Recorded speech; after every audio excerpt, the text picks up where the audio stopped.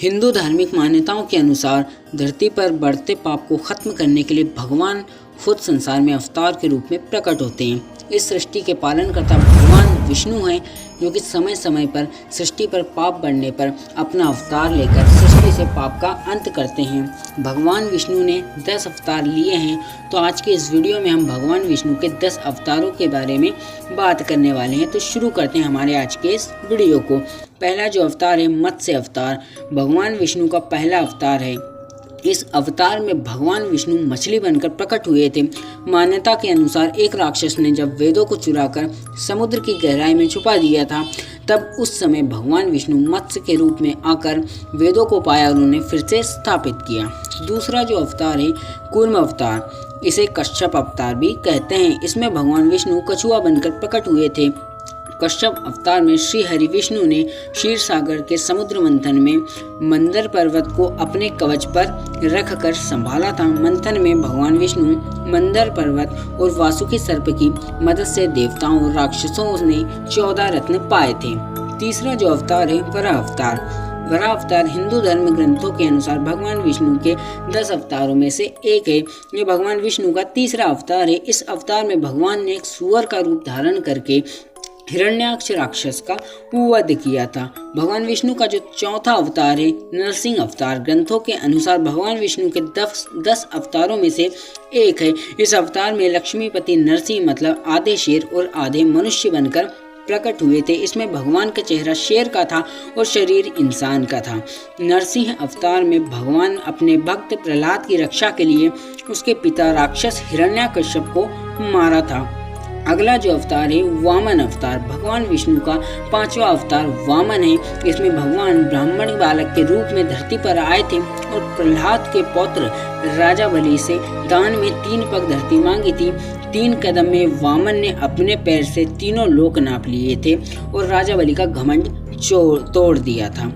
भगवान विष्णु के जो अगले अवतार है भगवान परशुराम। विष्णु के अवतार परशुराम राजा प्रसेनजीत की बेटी रेणुका और भृगुवंशीय जमदग्नि के पुत्र थे। दशावतारों में से वह 6वां अवतार थे। जमदग्नि के पुत्र होने की वजह से इन्हें जामदग्नेय भी कहते हैं। वह शिव के परम भक्त थे। भगवान शंकर ने इनकी भक्ति से प्रसन्न होकर परशु नाम का शस्त्र जो है इन्हें दिया था।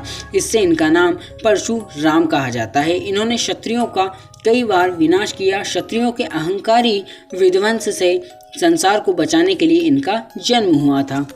अगले जो अवतार है भगवान श्री राम।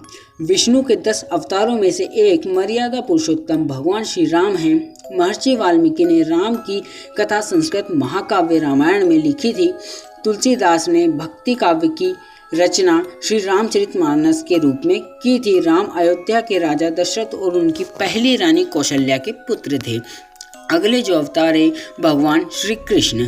यशोदानंदन श्री कृष्ण भी भगवान विष्णु के ही अवतार हैं। भागवत ग्रंथ में भगवान कृष्ण की लीलाओं की कहानियां हैं। इनके गोपाल, गोविंद, देवकी नंदन, वासुदेव, मोहन, माखन चोर, मुरारी जैसे अनेक नाम हैं। यह मथुरा में देवकी और वासुदेव के पुत्र के रूप में प्रकट हुए थे। श्री कृष्ण की महाभारत के युद्ध में बहुत बड़ी भूमिका रही। वह इस युद्ध में अर्जुन के सारथी बने थे। उनकी बहन सुभद्रा अर्जुन की पत्नी थी।